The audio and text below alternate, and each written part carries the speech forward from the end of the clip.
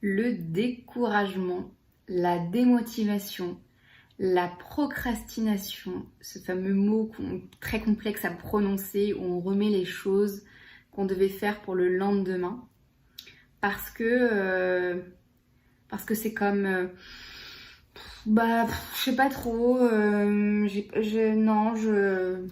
est un peu tout flagada, un peu non, j'ai pas envie, il y a comme ouais, mais on se trouve toutes les excuses du monde pour pas le faire. Et donc c'est comme je me sens nulle, pourtant je m'étais dit que je le ferais, je m'étais promis ça. Vraiment, je suis pas du tout une personne comme je l'espérais. Et donc il y a tout un auto-jugement qui vient se mettre avec ça, de la culpabilité qui vient avec se mettre avec ça, comme je m'étais dit qu'aujourd'hui je le ferais, je l'ai pas fait. Le découragement qui était déjà là revient nourrir le découragement, la procrastination, la démotivation. Et c'est comme, eh ben je le ferai jamais, je suis vraiment nulle. Voilà, et donc il y a comme une espèce de... J'appelle ça l'état flagada, genre... Voilà, je suis découragée de ce truc. Pourtant, au départ, je voulais vraiment le faire. J'ai l'impression que c'était vraiment une envie à moi et un truc que je voulais faire pour moi. Et puis, ça marche pas, quoi. Je comprends pas pourquoi. Je me déteste de plus en plus parce que je ne le fais pas. Et puis, voilà, quoi. Je sais pas très bien quoi faire avec ça. Voilà. Ça, c'est ce qu'on appelle le découragement. Alors, le découragement, c'est quoi ? Le découragement, pour moi, c'est comme l'émotion qui te demande de faire le point sur ce projet de départ. Où est-ce que tu en es, en fait, avec ce projet ?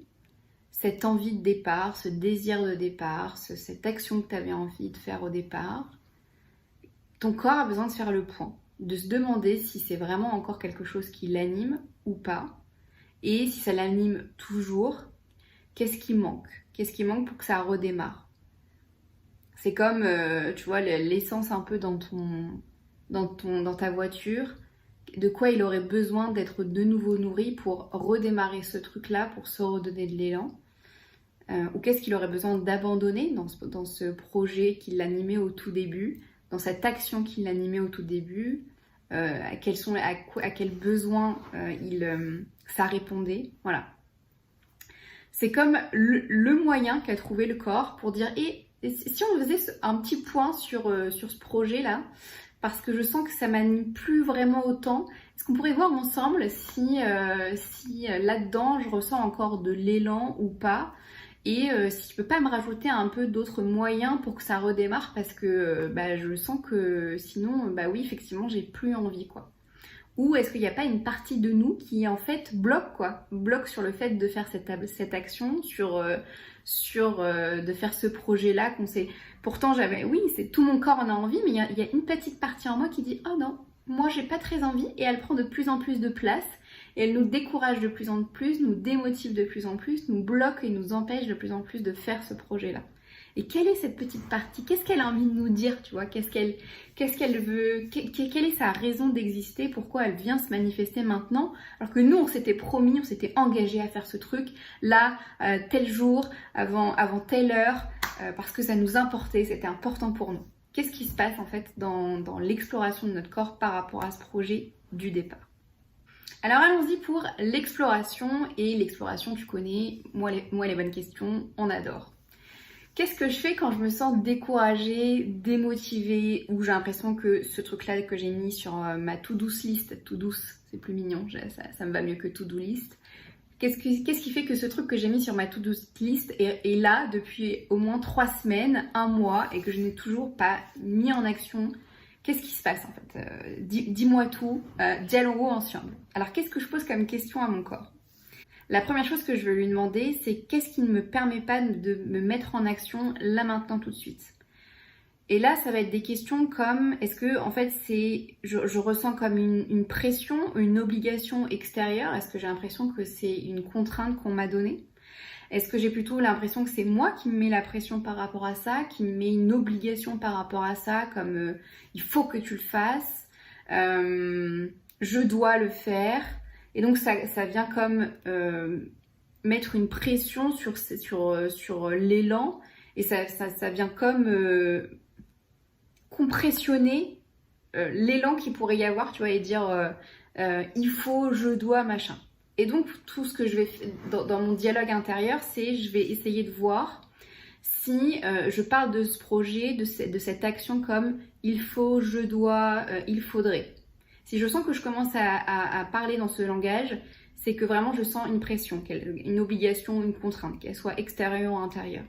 Du coup, comment je transforme cette pression, cette obligation, ce devoir en comme un truc comme je peux, j'ai le droit, je m'autorise.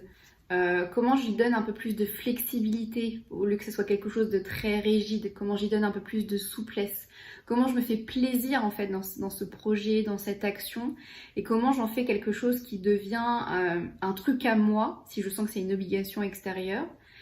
Et je vérifie en fait avec moi si c'est toujours quelque chose dont j'ai réellement envie, parce que des fois il y a des gens qui me donnent des idées et je suis comme au début très enthousiaste parce que c'est une nouvelle opportunité et donc je me le note et puis après en fait je vois bien qu'au bout d'un moment je le fais pas, alors je me dis est-ce qu'en fait finalement ce qui me permet pas de me mettre à l'action c'est parce que je n'en veux plus en fait. Et là si j'en veux plus, je t'invite vraiment à revoir et à réécouter la vidéo sur la déception qui est en fait comment je me détache de ce truc qui au départ m'a donné envie, m'a enthousiasté, donc je me suis imaginé le faire et finalement ça ne se fait pas parce que j'en ai pas réellement envie, donc comment je traverse en fait ce processus de déception.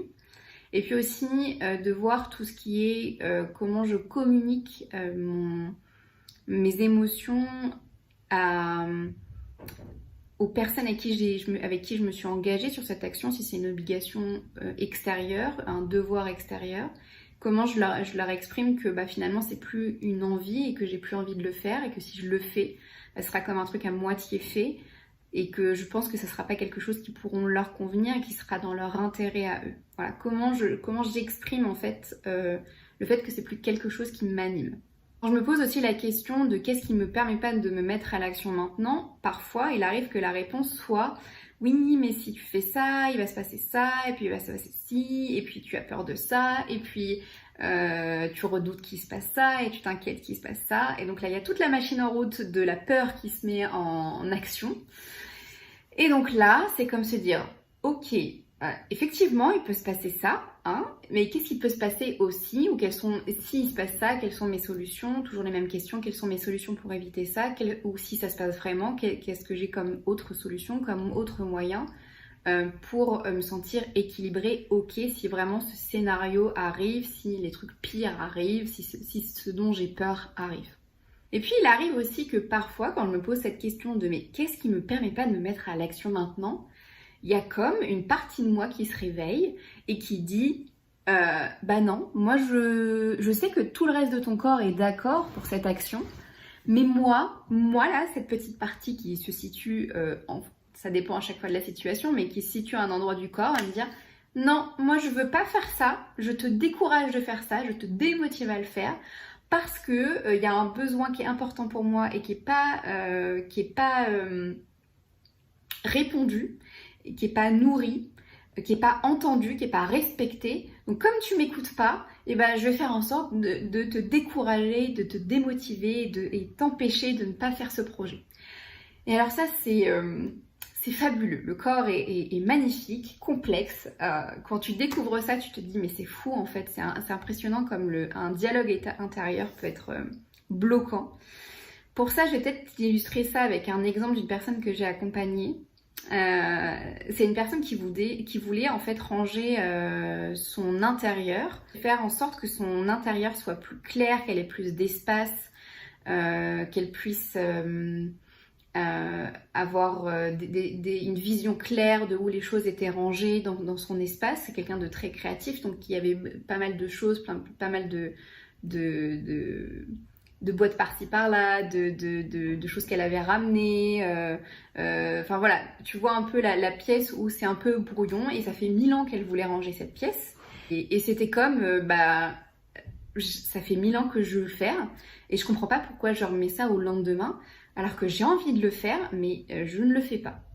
Et donc en posant les questions précédentes, qu'est-ce qui ne permet pas de mettre en action, quelle est la partie de toi qui n'a pas envie, etc. Où est-ce qu'elle se situe dans ton corps, toutes les questions que je vous ai déjà posées, auxquelles on a déjà parlé, à quoi elle ressemble, quelles sont ses couleurs, etc. En fait, la personne comprend que la partie qui l'empêche de faire cette action, d'avoir ce projet de rangement qui lui tient quand même à cœur, et ben c'est la partie enfant.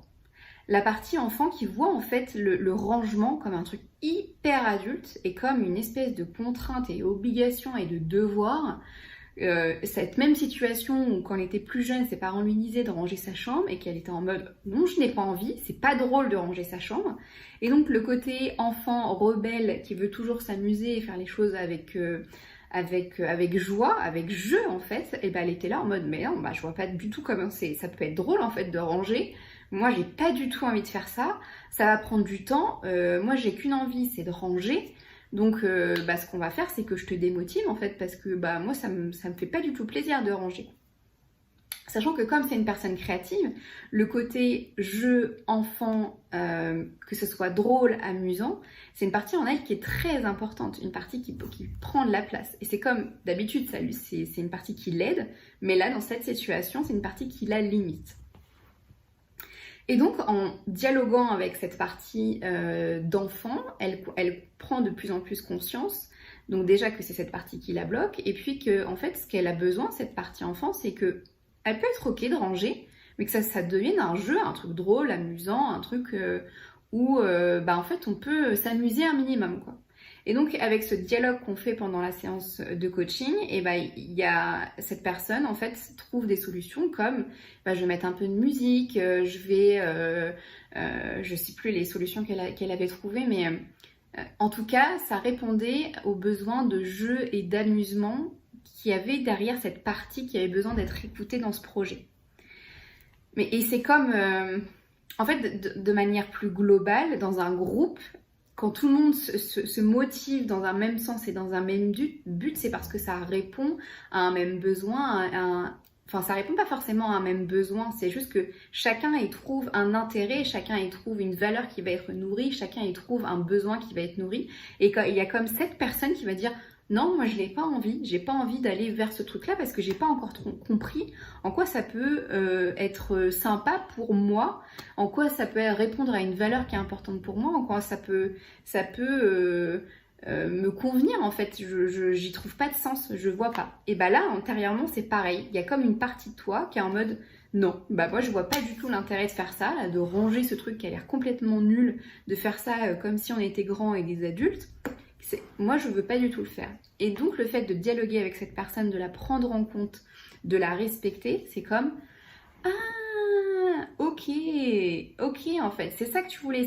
Tu voulais qu'en fait, tu es d'accord de ranger si on y met un peu de jeu d'amusement. Ok, quels sont les moyens qui te conviendraient en fait? Et on interroge le corps ensuite. Est-ce que tout le corps est d'accord de mettre en place de la musique pendant qu'on range ou d'autres solutions que la personne a trouvées? Et souvent c'est comme, oui, et c'est comme, allez, allons-y, rangeons cette pièce, et ça fait comme on y va quoi, go, c'est bon, on est parti pour cet élan, ce projet qu'on avait vraiment envie de faire depuis toujours, et il n'y a plus rien qui bloque, et on y va. La question aussi, elle peut être posée dans l'autre sens, parfois de poser la question dans l'autre sens permet de trouver d'autres réponses, et l'autre question dans l'autre sens, c'est qu'est-ce qui me permettrait de me mettre à l'action maintenant? Souvent, quand je me pose cette question, la réponse, le semblant de réponse qui arrive, c'est en fait, j'ai l'impression d'avoir tous les moyens pour le faire. Et ce qui me permettrait de me mettre en action, c'est comme l'élan. Parce que là, je sens que l'élan que j'avais et l'énergie que j'avais au début du projet, de cette action-là, c'est plus là, quoi. Et donc, c'est ce qui me permettrait de me remettre en action, c'est de me rappeler quelles sont mes motivations, en quoi c'était important pour moi de faire cette action, en quoi c'était important pour moi de faire ce projet-là, quelles sont mes motivations profondes, intérieures, à quoi ça répondait comme besoin au tout départ quand j'ai voulu faire ce projet. Dans quel objectif je fais ça, à quel rêve ça répond, à quel but ça répond, quel est le sens que je donne à ce projet-là. On est clairement, si tu te rappelles de la pyramide, on est clairement tout en haut où on parle de communauté, de groupe, de sens, de quel est le rôle que je donne en fait à et quelle est l'action, quel est le but profond que je donne à cette action. Et puis parfois, l'autre réponse qui vient quand je me dis mais qu'est-ce qui me permettrait de me mettre à l'action maintenant, c'est je l'élan, je sens que j'ai l'énergie pour, je sens que je sais pourquoi je veux le faire, mais je sais pas comment le faire. Il me manque des moyens.